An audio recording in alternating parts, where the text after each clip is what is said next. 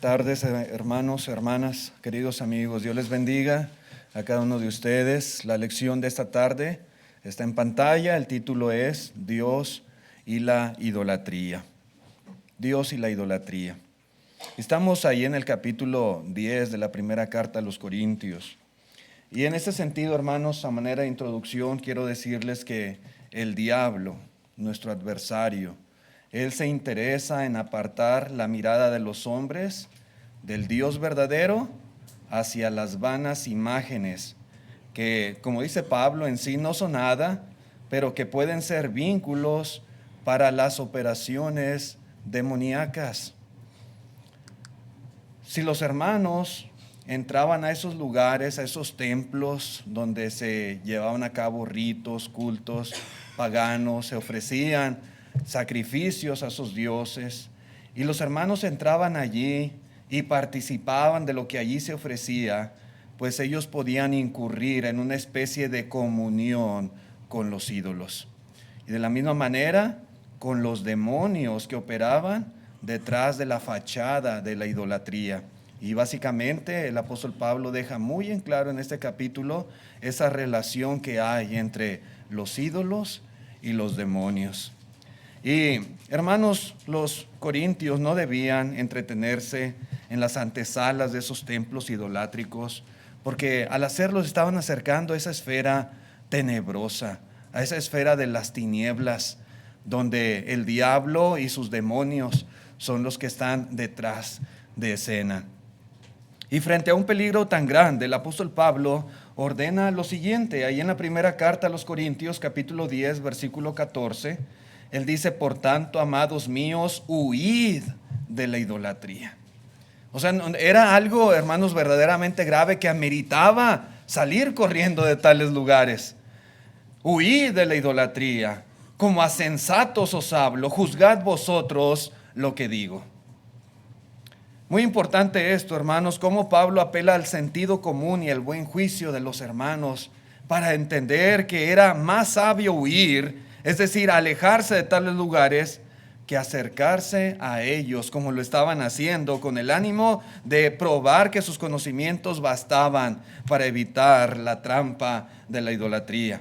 Ellos se confiaban en que tenían un conocimiento y que el ídolo no era nada y que por lo tanto podían entrar y podían estar ahí en ese lugar de ídolos y podían comer de lo sacrificado a los ídolos y que no había problema. Pero Pablo dice: no, no es así. Huyan de la idolatría. Quisiera, hermanos, dar un pequeño repaso breve. Al hablar de la idolatría tenemos que hacer hincapié en la enseñanza escritural al respecto. Hoy en día la idolatría sigue siendo algo muy común en la sociedad. Muchas personas son idólatras. Aunque lo nieguen y traten de maquillarlo, de disfrazarlo, en realidad son idólatras por el concepto bíblico que encontramos en la palabra de Dios. La idolatría es un tema que se enfatiza mucho en la Biblia, tanto allá en el Antiguo Testamento como también en el Nuevo Testamento. Hermanos, la idolatría es algo que es totalmente intolerable para Dios. Él no tiene ningún tipo de consideración para aquellos que la practican. No hay ningún tipo de justificación. Desde un principio Dios ha dejado en claro que Él abomina toda clase de idolatría. En el libro de Éxodo capítulo 20 y versículo 2 dice: yo soy Jehová tu Dios, que te saqué de la tierra de Egipto, de casa de servidumbre. No tendrás dioses ajenos delante de mí. Yo soy el que te saqué. Yo fui el que demostré mi poder con todas esas maravillas que tú fuiste testigo. Yo te saqué, dice Jehová. Por lo tanto, no tendrás dioses ajenos delante de mí. Hermanos, este fue el primero de los 10 mandamientos dados al pueblo de Israel. No podían ellos tener Dios fuera de Jehová. Él es el único y solamente a Él tenían que adorar, solamente en Él debían de creer. Y antes de entrar a la tierra prometida, también Dios les dijo lo siguiente. En Deuteronomio capítulo 6, versículo 13, la palabra de Dios dice: A Jehová tu Dios temerás, y a él solo servirás, y por su nombre jurarás. No andaréis en pos de dioses ajenos, de los dioses de los pueblos que están en vuestros contornos. Verso 15, porque el Dios celoso, Jehová tu Dios, en medio de ti está, para que no se inflame el furor de Jehová tu Dios contra ti y te destruya de sobre la tierra. Sí, en esos lugares, en esa tierra que Dios había prometido, había ya poseedores, había pueblos que la habitaban, pueblos idólatras, pueblos paganos. Y el Señor ordena que ellos para nada tuvieran que ver con esa idolatría.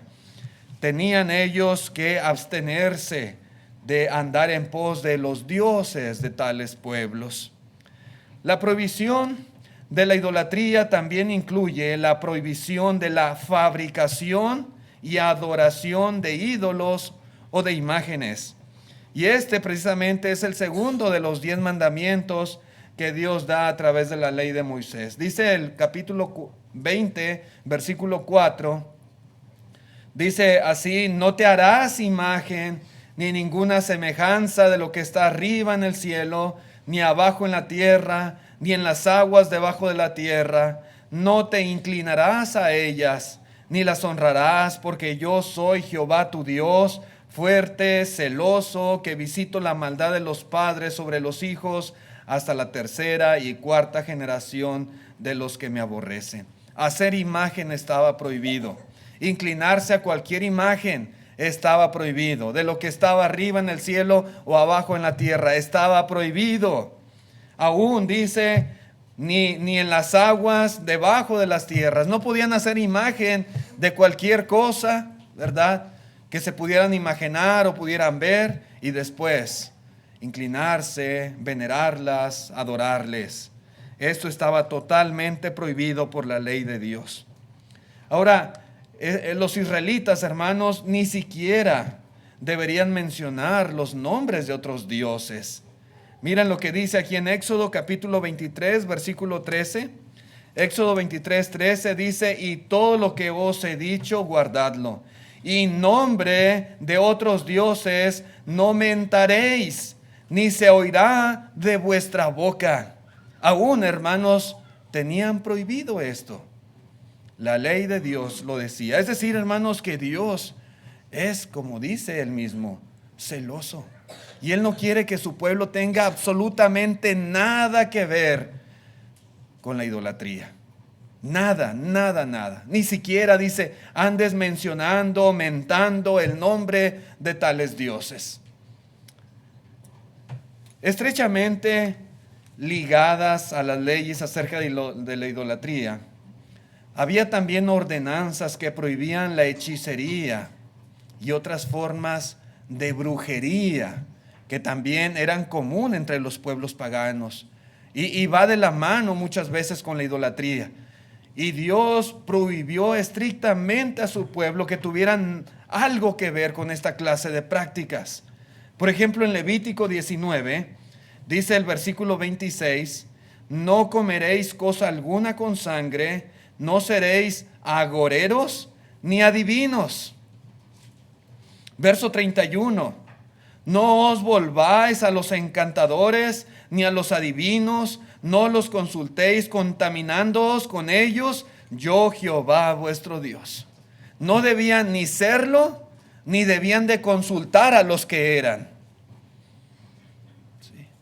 Luego dice en Deuteronomio 18, versículo 10, no sea hallado en ti quien haga pasar a su hijo o hija por el fuego, ni quien practique adivinación, ni agorero, ni sortílego, ni hechicero, ni encantador, ni adivino, ni mago, ni quien consulte a los muertos, porque es abominación para con Jehová cualquiera que hace estas cosas, y por estas abominaciones Jehová tu Dios echa estas naciones de delante de ti.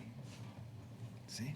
Dios tenía estrictamente prohibido toda clase de idolatría y prácticas que tuvieran que ver con la idolatría, como esta clase de cosas, de hechicería, adivinanza y cosas por el estilo, magia y todo eso. ¿Cuál era la pena para aquellos que practicaran la idolatría? La pena era la muerte. Dice la palabra de Dios en Éxodo 22, versículo 20, el que ofreciere sacrificio a dioses, excepto solamente a Jehová, será muerto. Será muerto. Sí. Cualquier idólatra tenía que ser muerto. Es lo que dice la palabra de Dios. Creer, reverenciar, adorar, hacer imágenes, todo esto era idolatría. Y el castigo era la pena capital.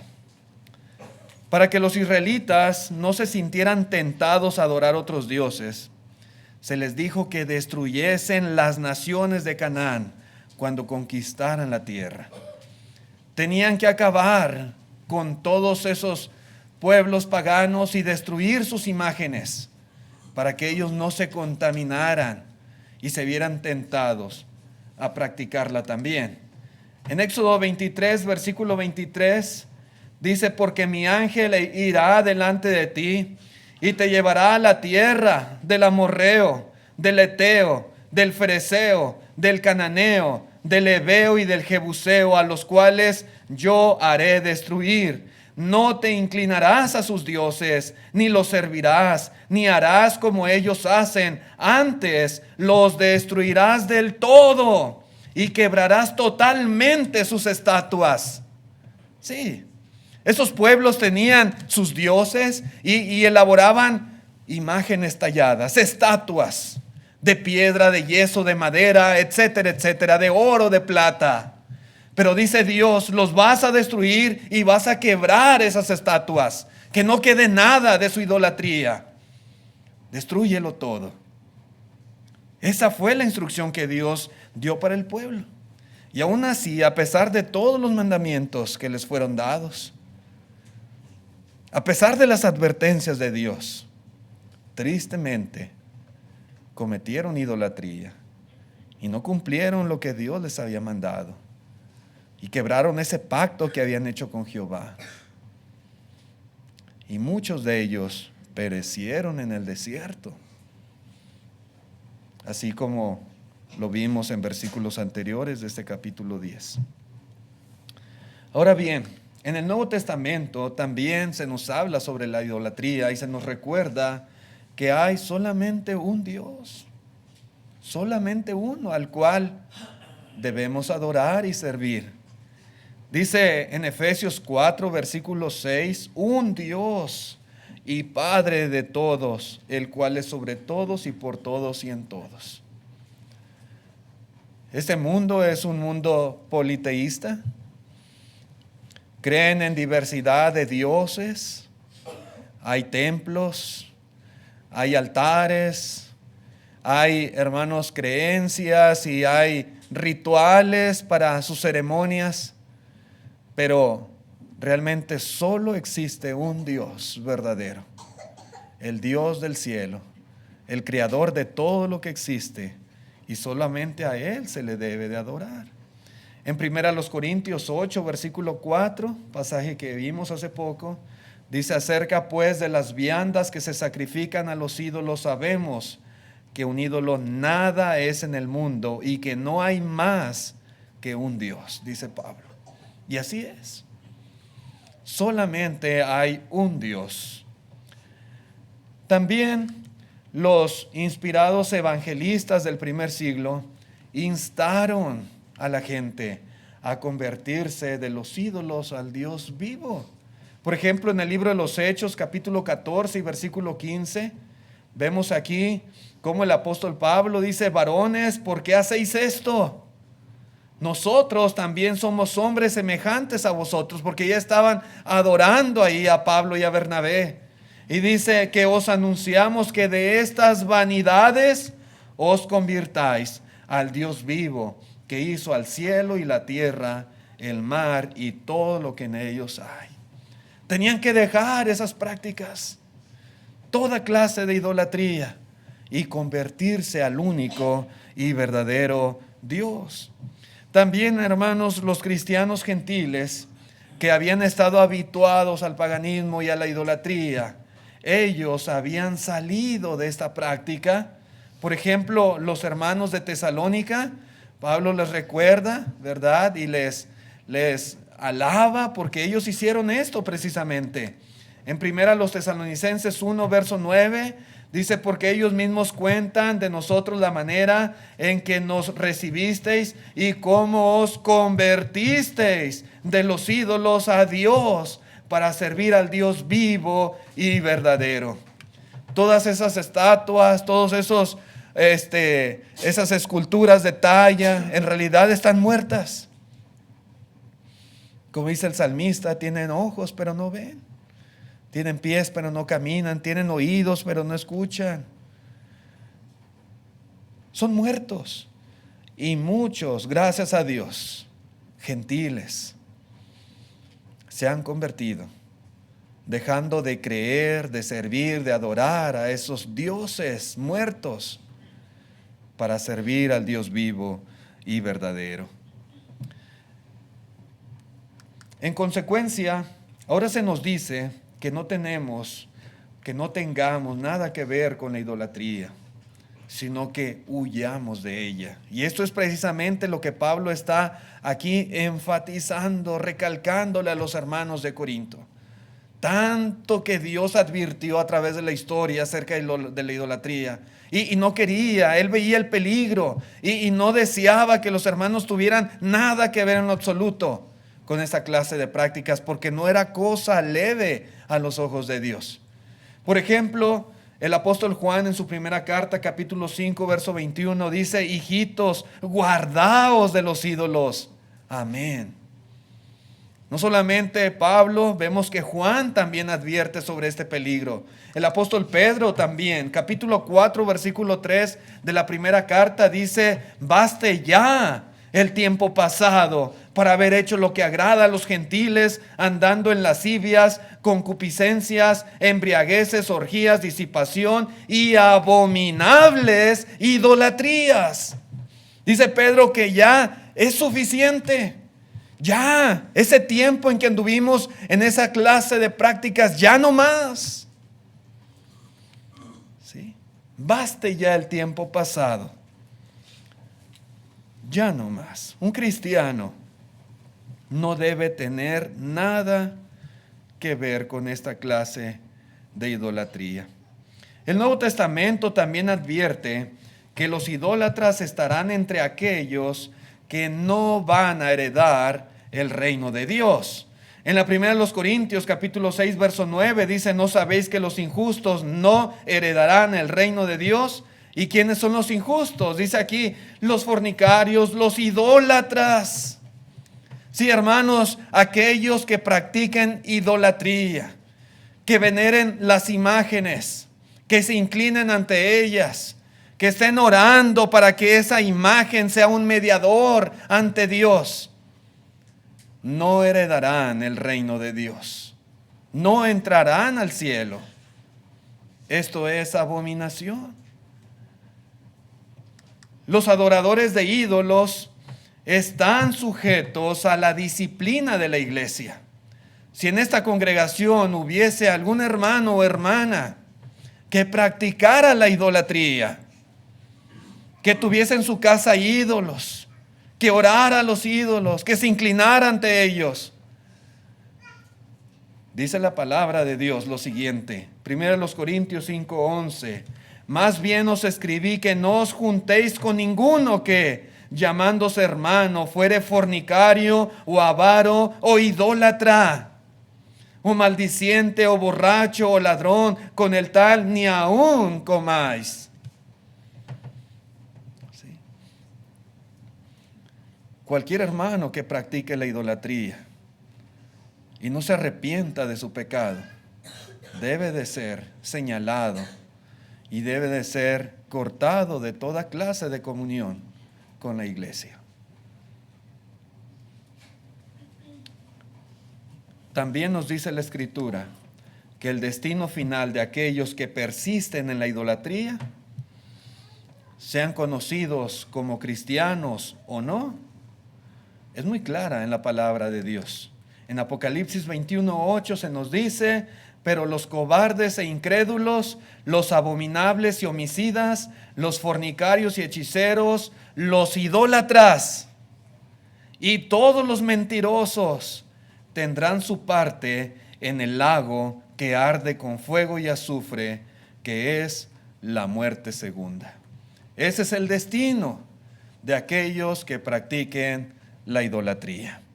Así que, hermanos, repito, estamos hablando de cosas mayores, una situación muy delicada. La idolatría, hermanos, es algo que Dios abomina.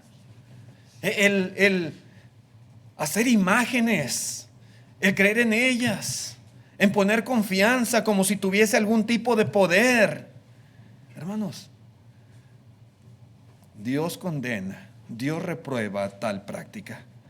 Así que aquellos que quieran servir a Dios, que quieran obedecerlo, que quieran ser salvos eternamente, deben de negarse por completo a reconocer o adorar a ningún Dios que no sea el único Dios de la Biblia, el creador del cielo y de la tierra y de todo lo que existe. Es el único Dios en el cual debemos de creer, y solamente a Él debemos de adorar y servir e inclinarnos ante el Dios del cielo.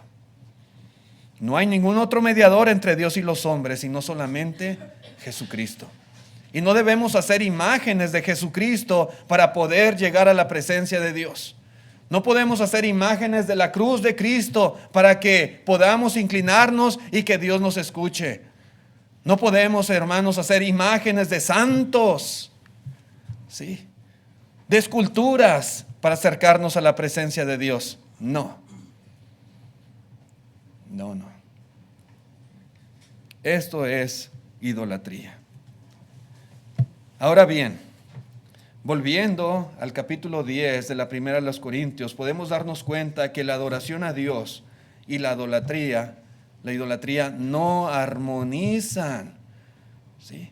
No armonizan para nada. Dice el versículo 16 y 17, la copa de bendición que bendecimos no es la comunión de la sangre de Cristo. El pan que partimos no es la comunión del cuerpo de Cristo.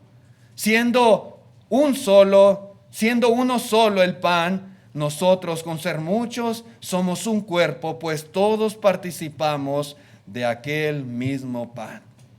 Aquí está hablando, hermanos, de una comunión que tenemos.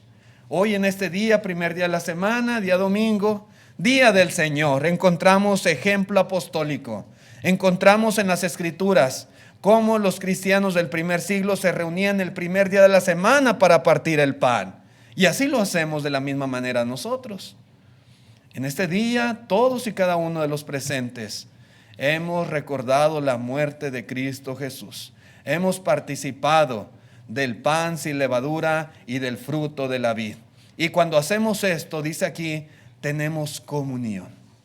Es la comunión de la sangre de Cristo y del cuerpo de Cristo Jesús. La copa de bendición, dice el apóstol Pablo, es una referencia al fruto de la vid que se emplea en la cena del Señor cada primer día de la semana. Es una copa que habla de la grande bendición que hemos recibido por medio de la muerte de Cristo. Por ello recibe el nombre de la copa de bendición. Sí. Hay muchas bendiciones que se derivan del sacrificio de Jesús. Y tenemos comunión, tenemos parte, somos participantes de todas esas bendiciones. Y eso es, hermanos, lo que sucede cuando participamos de la cena del Señor. No solamente recordamos, sino tenemos esa comunión.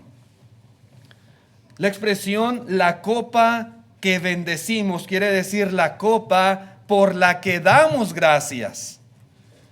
En ese sentido podemos decir bendecimos, estamos dando gracias por el fruto de la vida, estamos dando gracias por el pan sin levadura. Siempre, hermanos, y esto es algo muy importante, Siempre al participar de este mandamiento debemos dar gracias a Dios, porque dice aquí, la copa que bendecimos. Si no damos gracias a Dios, ¿cuál copa bendecimos? Es algo que no se puede omitir. Cuando presidimos la cena del Señor, siempre no debemos olvidar, dirigimos a la iglesia y debemos decir gracias, Señor, por esta copa, por este cáliz, por este fruto de la vid. Gracias por este pan sin levadura. Gracias. Tal vez hay muchas cosas que pudiéramos mencionar en la oración, pero no debemos omitir dar gracias. Y cuando bebemos esta copa, estamos reconociendo y estamos diciendo que somos participantes de todos los beneficios que se derivan de la sangre de Cristo. El fruto de la vid. Y lo decimos y lo creemos, porque la palabra de Dios lo dice. Es la comunión. Somos participantes de los beneficios de su sangre derramada. Y lo mismo sucede con el pan que partimos, el pan sin levadura usado durante la cena del Señor. Al comer del pan, estamos diciendo que hemos sido salvados mediante la ofrenda de su cuerpo en la cruz del Calvario y que somos por ello miembros de su cuerpo. Hay gran bendición, hermanos, y es algo bien importante que debemos de reconocer. Somos participantes de su sangre y de su cuerpo. Somos participantes de los beneficios que se producen de su sangre derramada y de su cuerpo clavado en la cruz del Calvario. Al tomar, hermanos, la Santa Cena, los cristianos nos identificamos con el Señor Jesucristo en la cruz del Calvario y nos dedicamos a Él totalmente para nuestra salvación. Tenemos comunión o tenemos participación de todas las bendiciones derivadas de su muerte en la cruz. Y esto es algo que declaramos, reconocemos y sucede cada que tomamos la Santa Cena. Así que, hermanos, esto no es cosa que debemos tomar como, no es tan importante. Debemos siempre, cada primer día de la semana. Yo sé que hay 5 actos de adoración, pero el tener comunión el día domingo con el cuerpo y la sangre de Cristo Jesús, hermanos, es algo muy especial y así lo debemos de ver. Que no debemos nosotros faltar a esta reunión de la iglesia donde estamos conmemorando la muerte de Cristo y participando de los beneficios de su muerte en la cruz. Cuando alguien falta el día domingo a la reunión, se está perdiendo de un privilegio muy grande, muy grande. Así que, hermanos, puesto que todo esto que estamos hablando era muy cierto, esta cuestión de la cena, la comunión, ¿verdad? Con la sangre y con el cuerpo de Cristo, el ser participantes de los beneficios de la muerte de Jesús al morir en la cruz, al comer y beber, puesto que esto era una realidad que ellos entendían perfectamente, entonces no tenía sentido que participar de la mesa en el templo de un ídolo implicaba algo más que comer simplemente. Si se hiciera una analogía a lo que sucedía en la cena del Señor, cuando la iglesia estaba reunida y la clase de comunión y participación que había con Cristo y con los beneficios de su muerte, ¿no era lógico también entender lo que sucedía cuando ellos entraban a un lugar de ídolos después de un rito y de un sacrificio a los ídolos y comer también de lo que ahí se servía? Sí, por supuesto que sí. Hace mucho sentido que sucedía algo similar.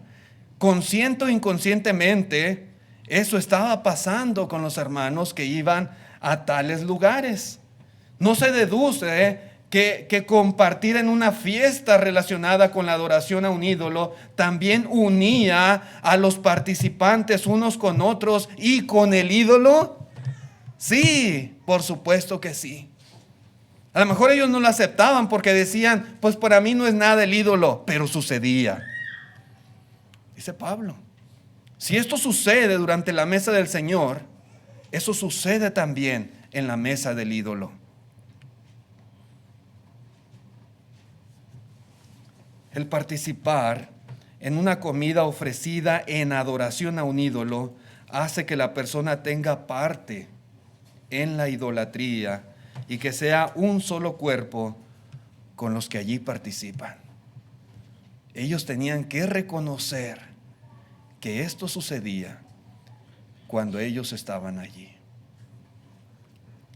Dice en el versículo 18, mirad a Israel según la carne. Los que comen de los sacrificios no son partícipes del altar. Ellos sabían esto. Sí, hermanos, aquellos que vivían bajo la ley de Moisés tenían sacerdotes que ofrecían animales en sacrificio y que comían de eso que se sacrificaba en el altar. Y por lo tanto, al comer eran participantes del altar. Es decir, hermanos, que tenían comunión con Dios por medio de ese acto específico de culto en el altar. Ese sacerdote participaba cuando comía. Sí. De ese acto de adoración que se ofrecía al Señor. Ellos lo entendían. Así que, volviendo otra vez a ese paralelismo con lo que ellos estaban haciendo, ellos tenían que entender que al comer carne sacrificada a los ídolos en un lugar de ídolos, estaban también participando del altar y por lo tanto estaban teniendo comunión con los dioses allí representados y con aquellas personas idólatras. Había comunión. Había participación con ellos. Y eso, por lo tanto, era idolatría. Repito, a lo mejor inconscientemente, a lo mejor se negaban a aceptar que fuera idolatría, pero dice Pablo, es idolatría. Y huyan de esas cosas. En el verso 19 se nos dice algo todavía, hermanos, más contundente en cuanto al tema de la idolatría. Dice Pablo, ¿qué digo pues? ¿Que el ídolo es algo? ¿O que sea algo lo que se sacrifica a los ídolos? Parece que Pablo como que ya sabía, ¿verdad?, cuál iba a ser la argumentación de ellos. Pues que el ídolo no es nada. Pero dice el verso 20, antes digo que lo que los gentiles sacrifican, a los demonios los sacrifican y no a Dios. Y no quiero que vosotros os hagáis partícipes con los demonios. Siempre, hermanos, que haya una adoración, siempre que haya un ídolo de por medio al cual alguien venere, al cual alguien le ofrezca algo, al cual alguien, digamos, crea en tal ídolo, detrás del ídolo hay un demonio. Hay un demonio. Sí. La idolatría es del diablo. Los demonios son los que están detrás del ídolo. Y al adorar al ídolo, adoran al demonio. Es lo que dice aquí el apóstol Pablo. Al sacrificar algo al ídolo, se lo sacrifican a los demonios. Y los que ahí participan con los demonios.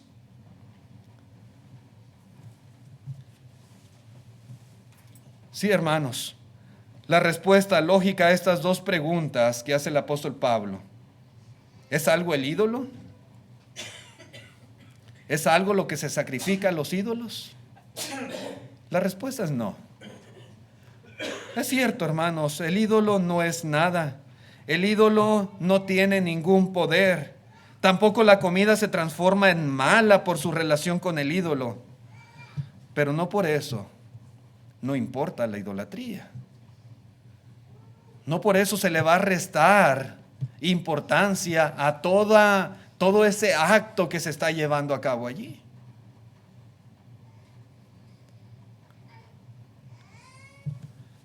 La adoración que la gente efectuaba a esos ídolos en realidad era una adoración demoníaca.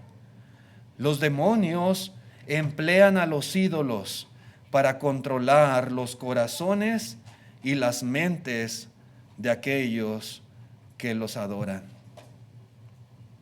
Sí. El ídolo simplemente es un instrumento de Satanás, un instrumento de sus agentes demoníacos para controlar a las masas,